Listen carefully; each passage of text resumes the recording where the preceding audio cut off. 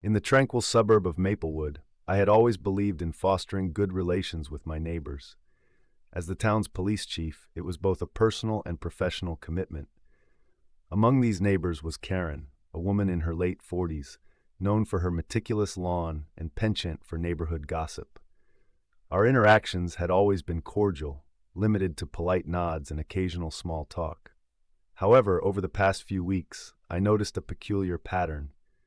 Packages I had ordered online began to disappear from my porch. At first, I dismissed it as delivery errors or perhaps the work of opportunistic porch pirates.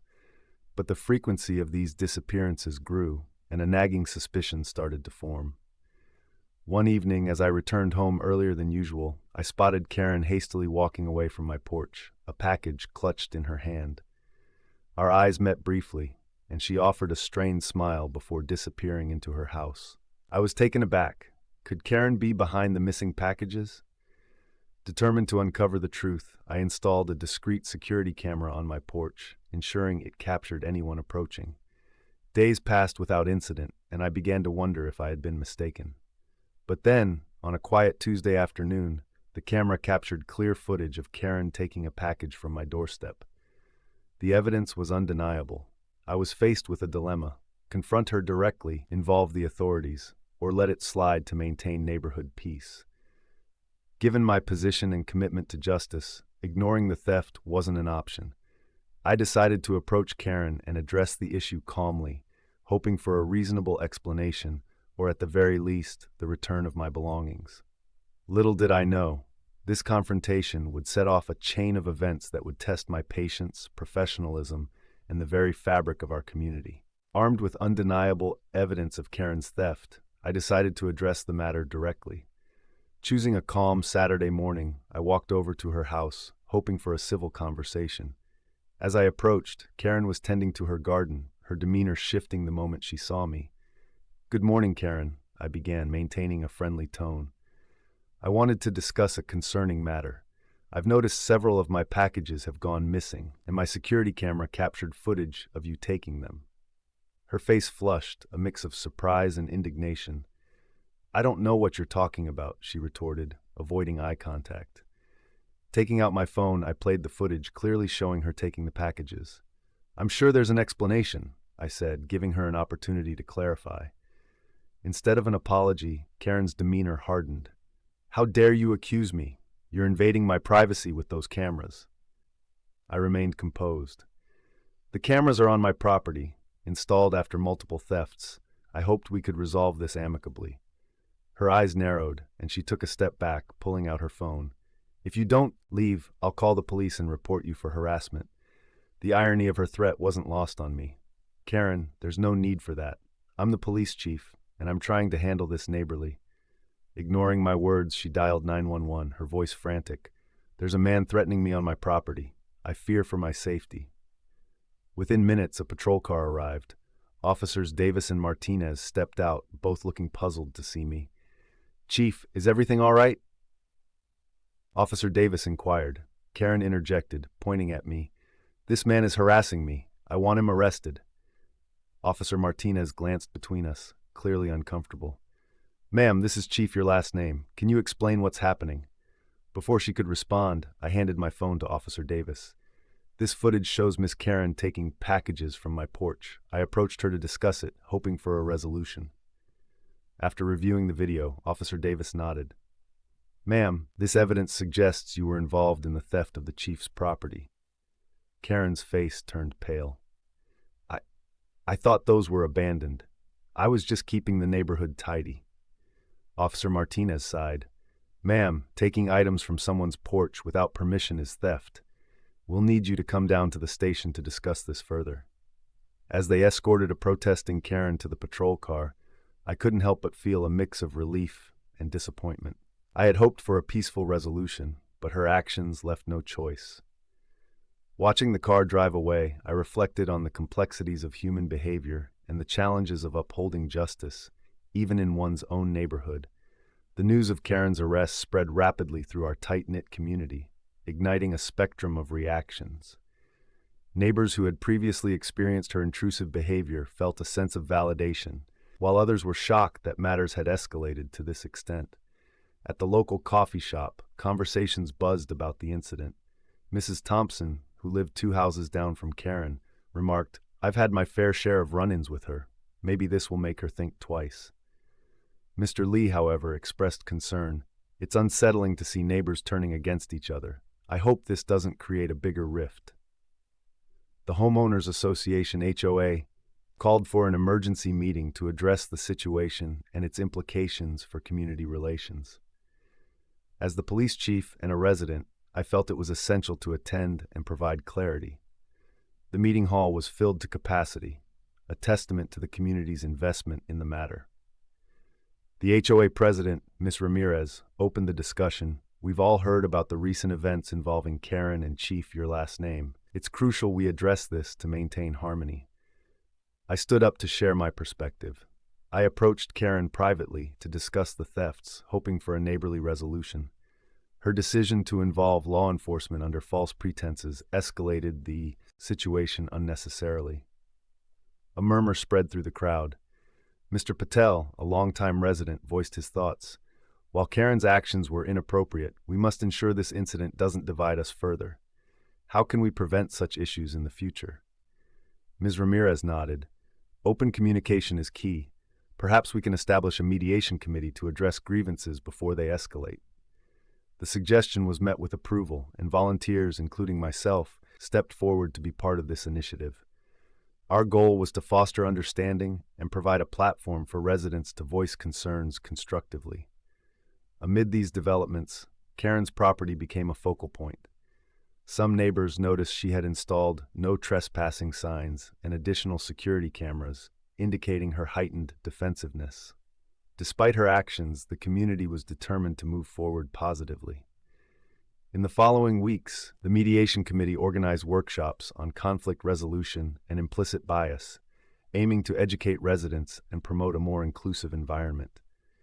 Attendance was high, reflecting the community's commitment to growth and unity. Through these efforts, a renewed sense of camaraderie blossomed. Neighbors who seldom interacted began engaging in dialogues, sharing their experiences and building stronger bonds. While the incident with Karen was unfortunate, it served as a catalyst for positive change, reinforcing the importance of empathy and understanding in our community. Karen's actions had not only strained neighborhood relations, but also led to significant legal consequences. Filing a false police report is a serious offense, as it wastes law enforcement resources and can unjustly harm innocent individuals. In many jurisdictions, this act is classified as a misdemeanor or even a felony, depending on the severity and intent. Upon reviewing the evidence, the district attorney's office decided to press charges against Karen for filing a false report and attempted theft. The legal proceedings were set in motion, and Karen faced potential penalties, including fines and possible imprisonment. The community watched closely, understanding the gravity of the situation and its implications for neighborhood trust and safety. Throughout the process, I remained committed to upholding the law impartially. While Karen's actions were personal attacks, it was essential to approach the situation with professionalism and integrity.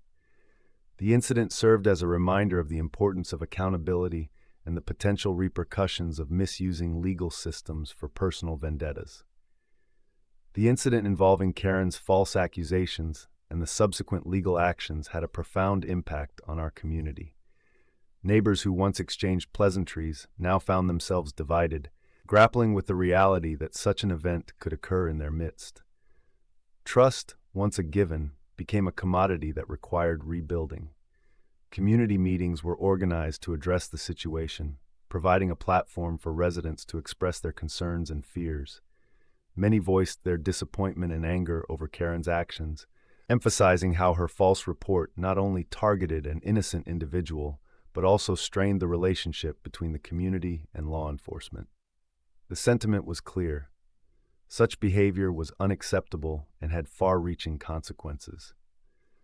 Local leaders and law enforcement representatives attended these meetings, acknowledging the community's feelings and emphasizing the importance of unity and understanding. They highlighted that while Karen's actions were an anomaly, it was crucial to address the underlying issues that allowed such incidents to occur.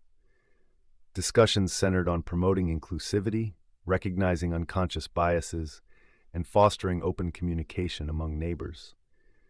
Initiatives were introduced to strengthen community bonds.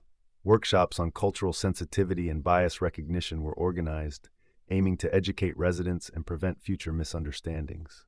Neighborhood watch programs were revamped to ensure they promoted safety without prejudice, encouraging residents to look out for one another, irrespective of background or appearance. The local school district also took proactive steps by incorporating lessons on diversity and the importance of community cohesion into their curriculum. Students engaged in projects that celebrated different cultures and backgrounds, fostering an environment of acceptance from a young age. While the road to rebuilding trust was challenging, the community's collective efforts signified a commitment to positive change. Karen's actions, though detrimental, became a catalyst for introspection and growth. The neighborhood emerged more connected, with residents more aware of the importance of empathy, understanding, and the dangers of unfounded prejudices.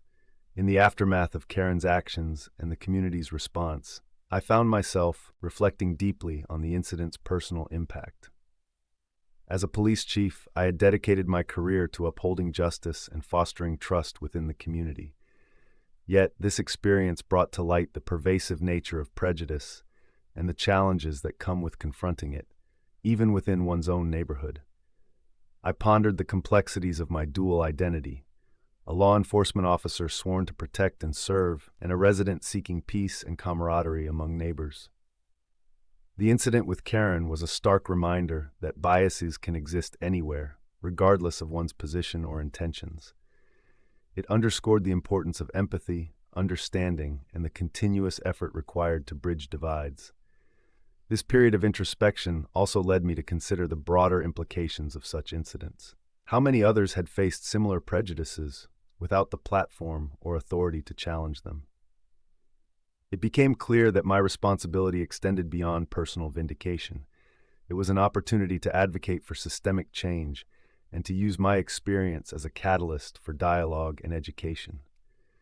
I began engaging in conversations with colleagues, community leaders, and residents about implicit biases and the subtle ways they manifest in daily interactions. These discussions were not about assigning blame, but about fostering awareness and promoting a culture of inclusivity. I also sought to educate myself further, attending workshops and reading extensively on the subject to better understand the nuances of discrimination and privilege. Through this journey, I recognized the power of vulnerability and the strength found in acknowledging one's own biases and limitations.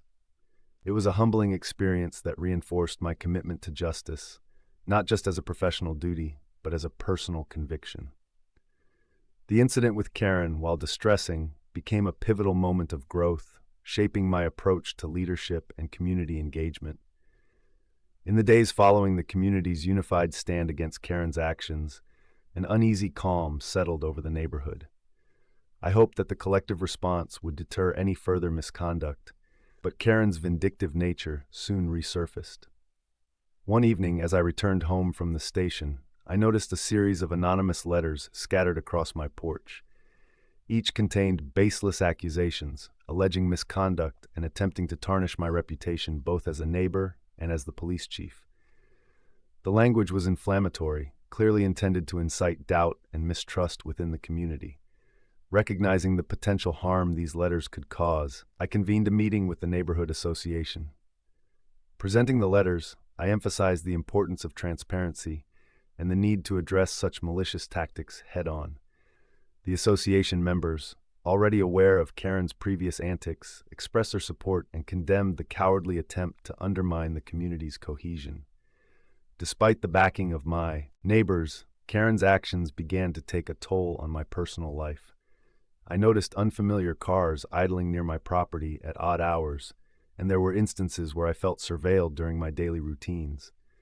It became evident that Karen was escalating her efforts, possibly enlisting others to intimidate me. Understanding the gravity of the situation, I liaised with internal affairs to ensure that all my professional conduct remained beyond reproach. Simultaneously, I enhanced security measures around my home, installing additional surveillance cameras and coordinating with local law enforcement to monitor any suspicious activities. The psychological warfare waged by Karen tested my resilience. However, I remained steadfast, drawing strength from the principles that guided my career. I continued to engage with the community, fostering trust and emphasizing the importance of standing against harassment and injustice. Karen's retaliation, while unsettling, reinforced the necessity of vigilance and unity.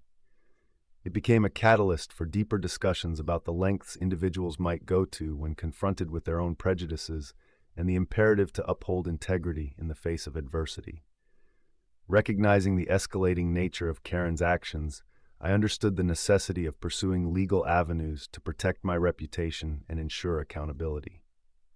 Her baseless accusations and attempts at defamation not only threatened my standing as police chief, but also disrupted the harmony of our community. I began by consulting with a legal expert specializing in defamation and harassment cases. Through our discussions, it became evident that Karen's actions met the criteria for defamation, as her false statements were causing serious harm to my reputation. Additionally, her behavior constituted harassment, given the persistent and unwanted nature of her actions. Armed with this legal insight, I initiated the process of filing a defamation lawsuit against Karen. This civil action aimed to hold her accountable for the false statements she had circulated within the community. Concurrently, I sought a restraining order to prevent any further harassment, thereby safeguarding my personal and professional life. Throughout this period, I maintained meticulous records of all interactions and incidents involving Karen. This documentation served as critical evidence, reinforcing the legitimacy of my claims and countering any potential false allegations she might present. The legal proceedings sent a clear message about the seriousness with which such matters are treated. They underscored the importance of standing up against false accusations and harassment, not only for personal vindication, but also to deter similar conduct within the community. While the legal process was taxing, it was a necessary step toward restoring my reputation and ensuring that justice prevailed. It also highlighted the critical role of legal remedies in addressing and resolving disputes rooted in defamation and harassment. As legal proceedings advanced, the broader community became increasingly aware of the ongoing dispute between Karen and me. Neighbors who had previously been silent began to voice their concerns, sharing their own experiences and frustrations regarding Karen's behavior. This collective acknowledgement highlighted a pattern of misconduct that extended beyond our immediate conflict. Recognizing the need for a unified approach, several community members organized a neighborhood meeting to address the issues at hand. The gathering aimed to foster dialogue, promote understanding, and develop strategies to prevent future conflicts. I attended the meeting not as the police chief, but as a concerned neighbor seeking resolution. During the discussion, many residents recounted their own encounters with Karen, detailing instances of harassment, false accusations, and disruptive behavior. These testimonials painted a comprehensive picture of the challenges faced by the community and underscored the necessity for collective action. In response, the Neighborhood Association proposed implementing a mediation program to address disputes before they escalated. This initiative aimed to provide a platform for residents to resolve conflicts amicably, fostering a sense of community and mutual respect. Additionally, the association considered establishing a code of conduct outlining acceptable behaviors and consequences for violations. This framework would serve as a guideline for interactions among neighbors, promoting a harmonious living environment. Throughout these developments, I remained committed to upholding the principles of justice and fairness. While the legal process continued, the community's proactive stance offered a complementary approach to addressing the underlying issues.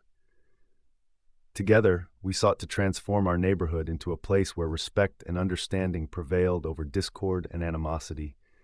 The neighborhood's proactive steps toward mediation and establishing a code of conduct began to yield positive results. Karen, facing mounting pressure from both the legal system and her community, started to reconsider her actions. Recognizing the gravity of her behavior, she agreed to participate in the mediation program.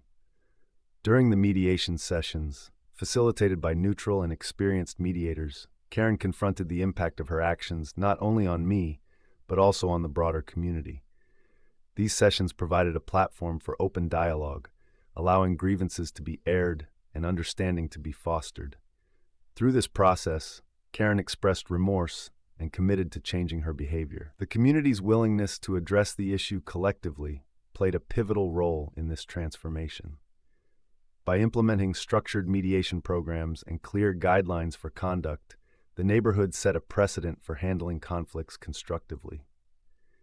This approach not only resolved the immediate issue, but also strengthened the bonds among residents, fostering a more harmonious living environment. Reflecting on the journey, I realized that the ordeal, while challenging, had led to significant personal and communal growth. It underscored the importance of standing up against injustice, the power of community solidarity, and the effectiveness of restorative practices in resolving conflicts. As a police chief, this experience reinforced my belief in the principles of justice, accountability, and community engagement. It highlighted that true resolution comes not from punitive measures alone, but from understanding, dialogue, and a collective commitment to positive change. In the end, the neighborhood emerged stronger, with valuable lessons learned and a renewed sense of unity. Karen's transformation served as a testament to the potential for change when individuals and communities come together to address issues head-on, guided by empathy, respect, and a shared vision for a better future. Thank you for engaging with this narrative. Stories like these shed light on the pervasive issue of racism in our communities and the importance of confronting it head-on. To translate this awareness into meaningful action, consider the following steps. 1. Educate yourself and others. Understanding the roots and manifestations of racism is crucial. Engage with resources that delve into anti-racism, such as the Racism It Stops With Me campaign. 2. Foster open conversations. Encourage dialogues about racism within your circles. Utilize guides like A Guide for Safe and Productive Conversations About Racism to navigate these discussions effectively. 3. Support affected communities. Reach out to friends, colleagues, and community members who face racism. Offer your support and stand in solidarity with them. 4. Advocate for institutional change. Work towards dismantling systemic racism by promoting policies that ensure equity and justice within institutions and organizations. 5. Participate in anti-racism initiatives. Join local or national movements dedicated to combating racism. Engage with campaigns like Unite Against Racism to contribute to collective efforts. By taking these actions, we can collectively move towards a more just and inclusive society.